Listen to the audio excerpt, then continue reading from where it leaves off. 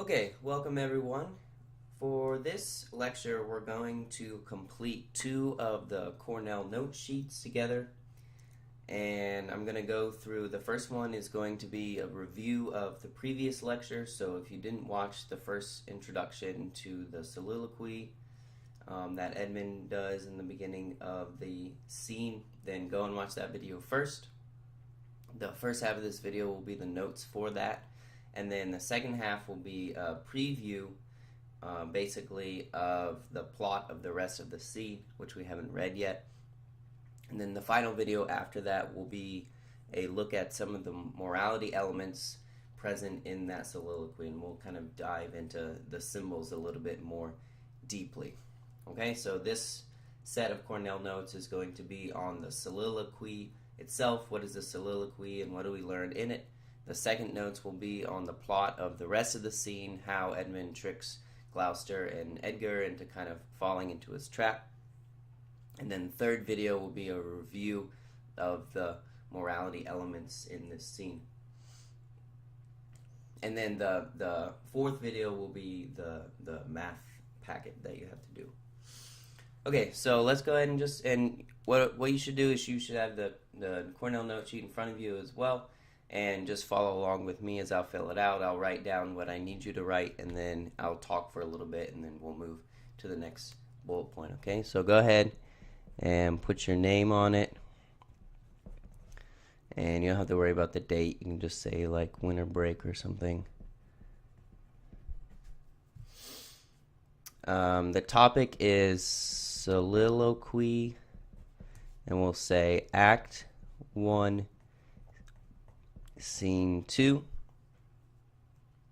Okay, and if I move too fast, just pause the video, copy it down, and then keep going. We'll just say King Lear. Okay, so go ahead and write the word soliloquy over here. Okay, soliloquy.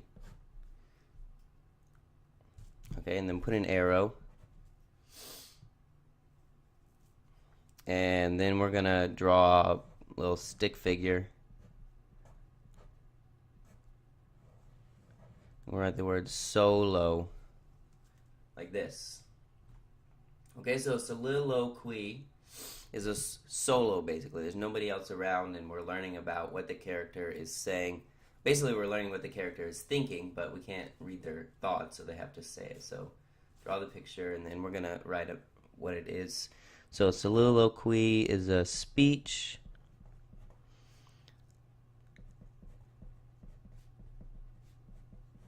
that is the inner thoughts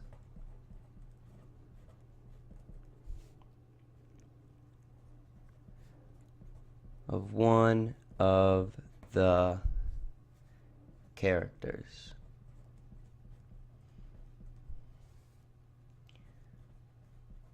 Revealing their motivations. Okay, so pause if you need to get that down. And you can put a bullet point here.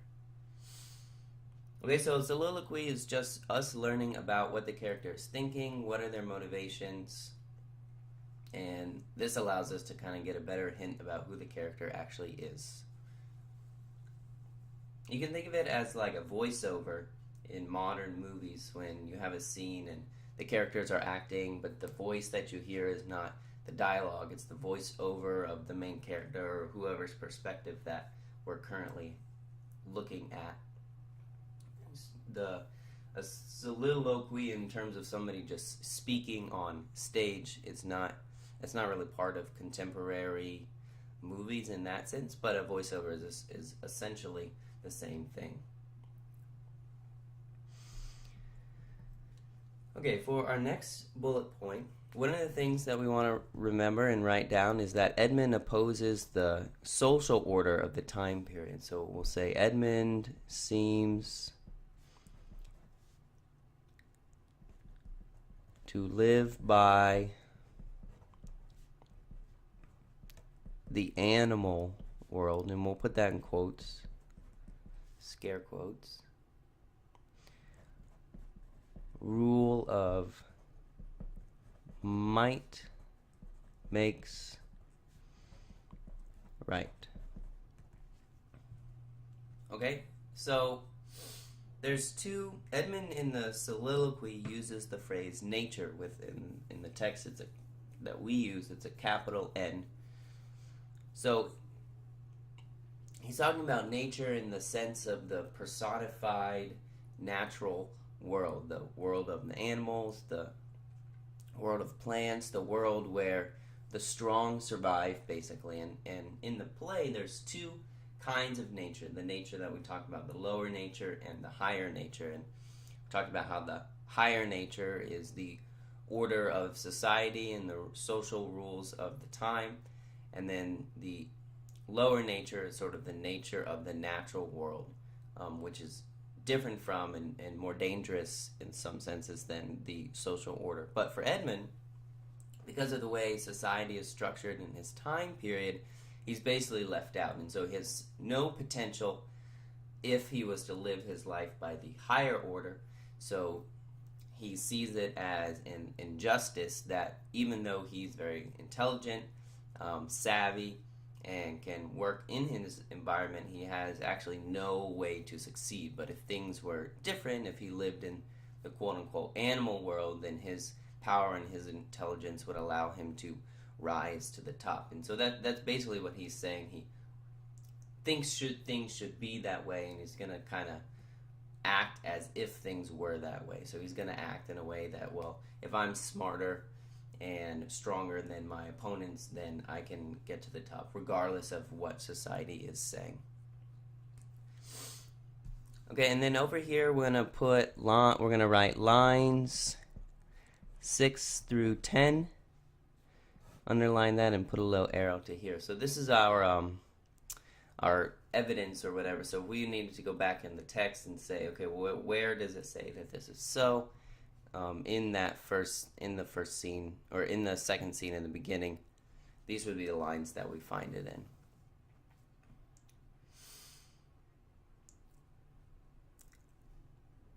Okay, next point. So this is we want to write something about how Edmund is opposing the traditional social order. So we'll say Edmund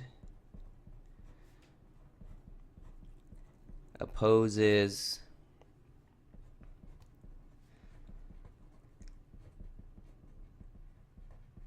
the traditional social order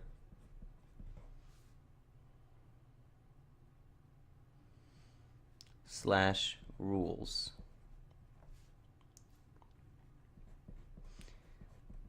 He feels it unjust, or it is unjust,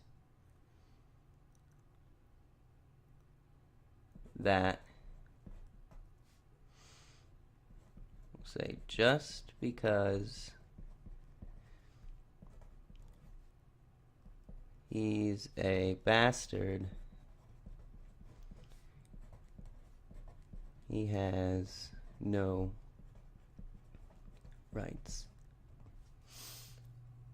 Okay, and again, the sympathetic link that we talked about last time with this character, I mean, we can understand why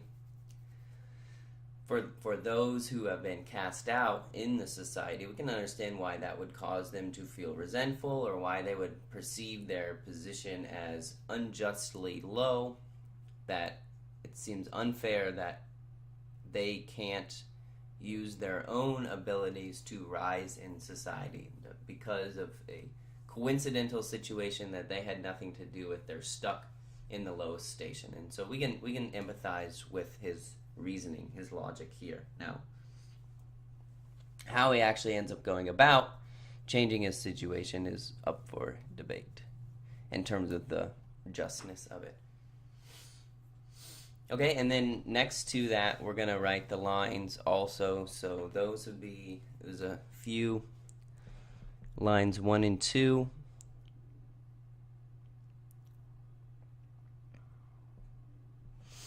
And 4. And put an arrow.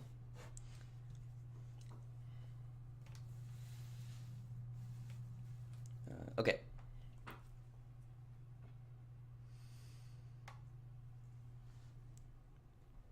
And then our last point,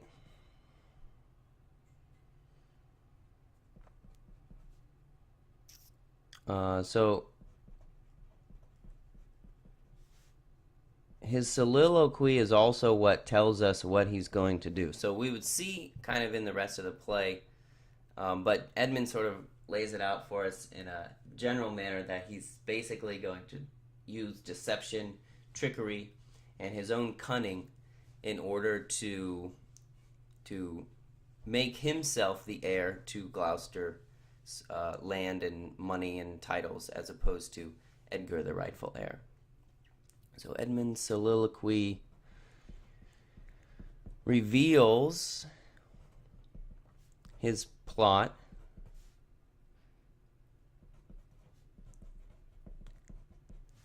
to trick Edgar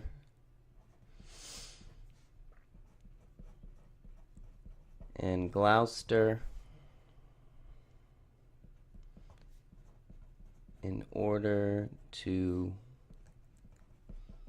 make himself heir.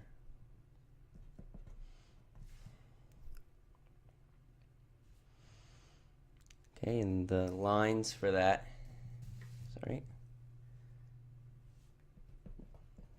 the lines for that are 16 to 21.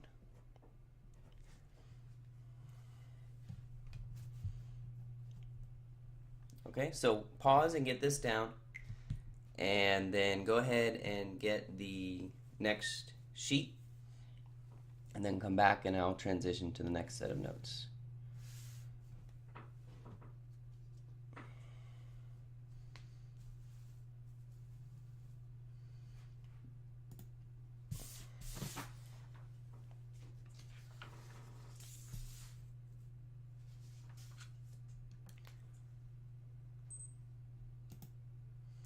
Okay, so for this next set, we're going to look at basically the plot of the rest of the scene. So go ahead and fill out your next note sheet the same way. Date doesn't matter. Topic, again, we'll put Act 1, Scene 2, and then we'll just write plot. Okay, and you can put King Lear for the class and subject.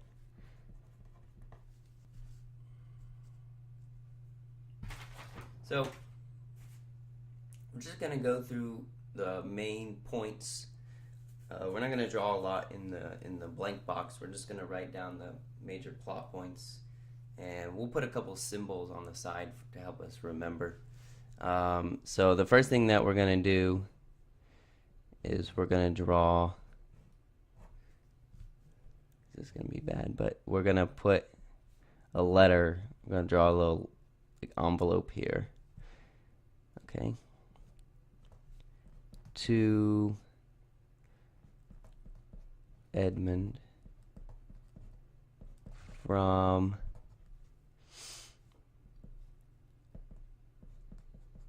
Edgar. Okay, and then we're going to write the word fake. Okay, it's a fake letter. So Edmund writes the letter himself, pretends that it's from Edgar, and it says a bunch of bad stuff about Gloucester. And basically it turns Gloucester against Edgar, even though Edmund's the one doing the whole thing. Okay, and then we're going to write the word astrology. Okay, so one of the big themes in the play is just the idea that the characters believe that the sun and the moon and the stars and the planets kind of control the fates of people, and one can't really do a whole lot to escape from one's astrological destiny. So this is something that Edmund does not believe in, and he thinks it's ridiculous, and he uses it to kind of outwit Gloucester and to some sense Edgar as well. And we'll look at that a little bit later. We're not going to go into some of that stuff in this lecture, but just know that there's conflicting beliefs and conflicting ideas about how sort of the heavenly structure is affecting the characters' lives. And Shakespeare uses some irony here as well, where Edmund will say things like, oh, how ridiculous that you predicted that all of this bad stuff is going to happen, and then all this bad stuff obviously does happen. So there's some irony there that we'll look at later. Okay, so let's go ahead and write it out. First, we can say that Edmund uses a fake letter to trick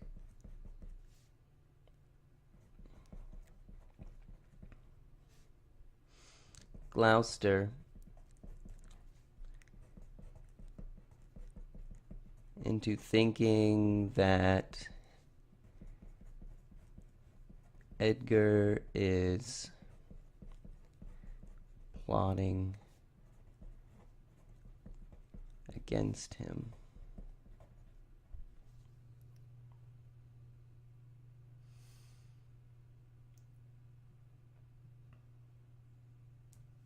Okay, and so basically what happens is Edmund is holding the letter in his hand, and as Gloucester walks in, he obviously, but in a way that he's trying to make it look like he's being secret, puts it into his jacket, and Gloucester comes in and is like, what do you have there?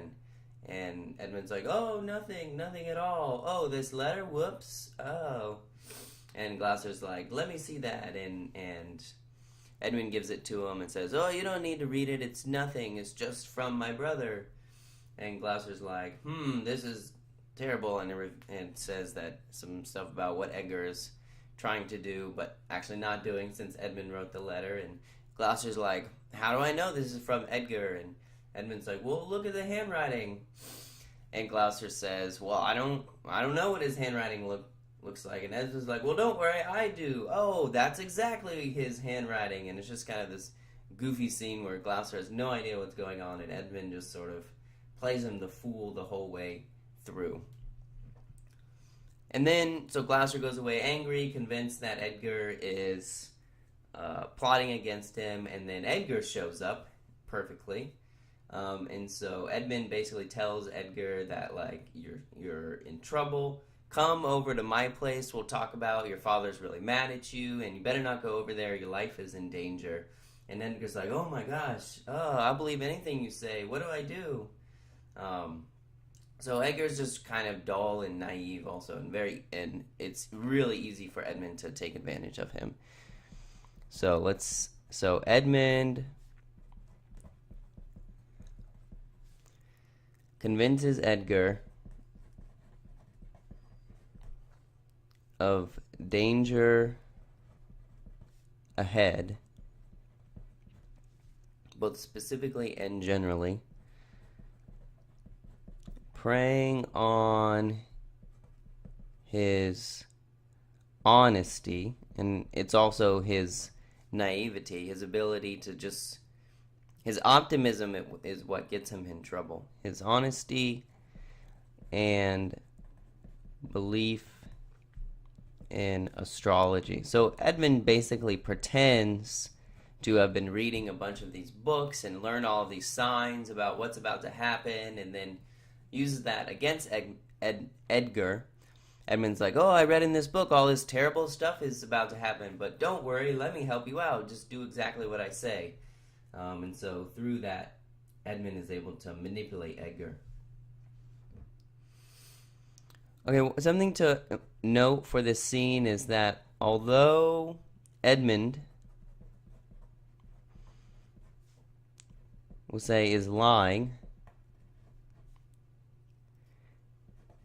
his predictions are accurate for the play. So one of the ironies that Shakespeare puts in here is that Edmund is saying all this stuff and he's basically just making it up, but the things that he names, the kind of calamities or catastrophes that are going to happen, are the same events that are about to happen in the play. So it's something to pay attention to, at least in the sense that how is one going to interpret the that worldview setting, right? Okay, so it's not, one doesn't want to say, well, what did Shakespeare think about the astrology of the time period? But it's definitely possible that he's trying to put in kind of both sides of the story.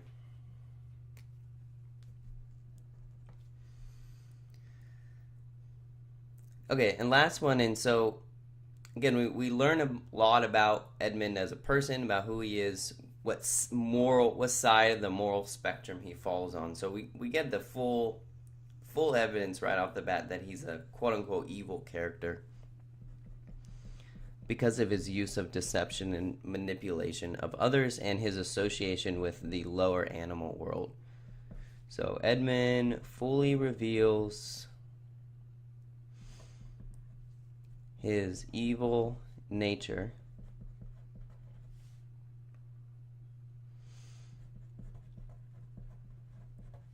through his use of deceit / deception.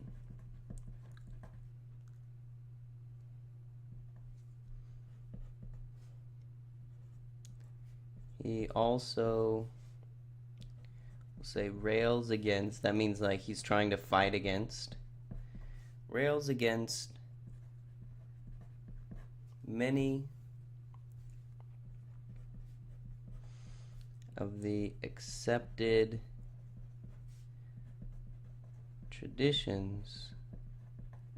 Sorry, this is a T and an R of the time. Right, so it's in two ways he's opposing the moral values in two ways. First, he's living by a separate nature, the animal nature, so he's living by the sort of natural moral code of might makes right, and then he is rejecting the quote-unquote higher nature, which is the social structure of the time period that has the king on top and everybody else below him in a hierarchy, and then at the bottom of that hierarchy obviously is sort of the bastard children and the disinherited and the people who have no place. And so he is opposing both. He's using the lower order and opposing the higher order, so that kind of twofold position of him is what tells us where he falls on that moral spectrum.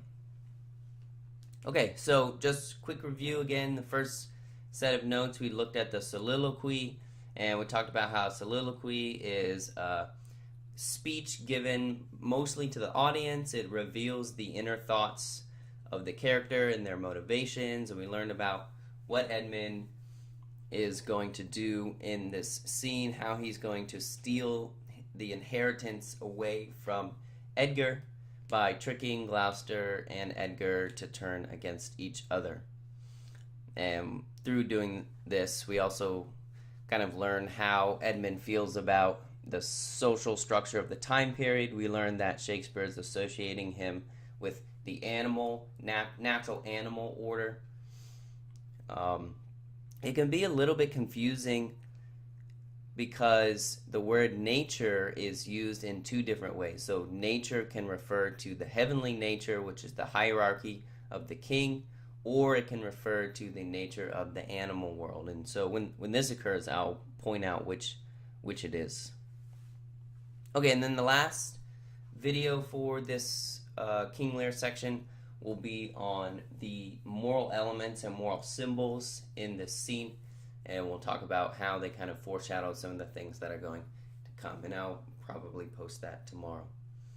Again, if you didn't get all the notes, just kind of go back and pause the video so that you can copy what it is that you need. Until next time.